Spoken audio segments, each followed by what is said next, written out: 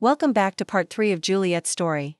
For those just joining us, Juliet, our beautiful multicolor gray mama cat, was enjoying her new indoor life at the Bilbobian sanctuary. Her first litter of 4 kittens, Leonidas, Peabody, Cholula, and Dottie, were growing up fast. They'd stopped nursing and were eating solid food on their own, a big step towards independence. Juliet was a wonderful mother, teaching them all the important cat lessons for the future. Their dad, Romeo, a handsome gray tabby, was a dedicated father. He'd visit a few times a week, bringing little hunting treats he'd caught. He wasn't just a provider, he was a playmate and a groomer.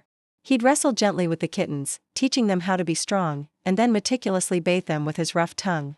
Leonidas, the brave little black kitten with a white dot, would puff up his chest, trying to look tough.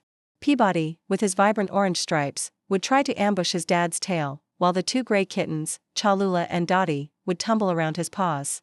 It was a picture of a perfect little family. But just as life settled into this happy routine, another surprise arrived. About halfway through this chapter of their story, Juliet gave birth to a second litter. This time, there were 7 new babies, 3 orange, 3 gray, and 1 stunning little chimera calico. The catio at the sanctuary suddenly became a bustling nursery, filled with tiny squeaks and purrs. The first litter, now about 5 months old and almost as big as their parents, watched with curiosity as these new little siblings arrived. As the older kittens grew, they developed their own personalities and a thirst for adventure. One afternoon, Leonidas and Cholula slipped out through a door left ajar. They found themselves in the big, wide world of the neighborhood. Their adventure took a scary turn when they got cornered by a neighbor's large, barking dog. They hissed and arched their backs, frozen with fear. Luckily, Romeo, who was nearby on his patrol, heard the commotion. He raced over, a fierce, protective blur, and bravely chased the dog away, herding his frightened kittens back toward the safety of the sanctuary. Meanwhile, Peabody and Dottie had their own close call. Fascinated by a shimmering reflection, they climbed onto the cover of a backyard swimming pool. As they tiptoed across the vinyl, the cover started to sag under their weight. Peabody slipped, plunging into the cold water beneath. Dottie cried out in alarm. Thankfully, a kind human from the sanctuary saw what happened and rushed out, scooping a shivering Peabody from the water and bringing them both back inside. These close calls were a stark reminder of the dangers outside their safe haven.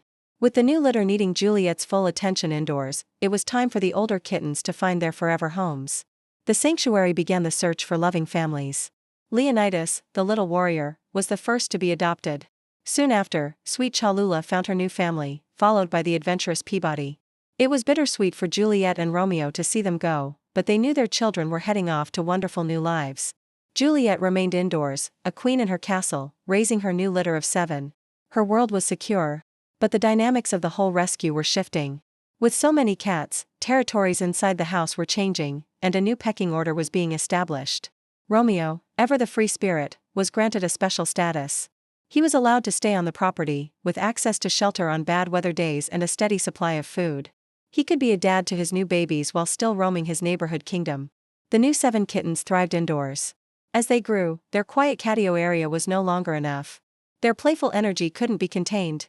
They wanted to explore every nook and cranny of the house, climbing curtains, chasing each other down hallways, and turning the entire home into their personal playground. What new adventures await this growing family?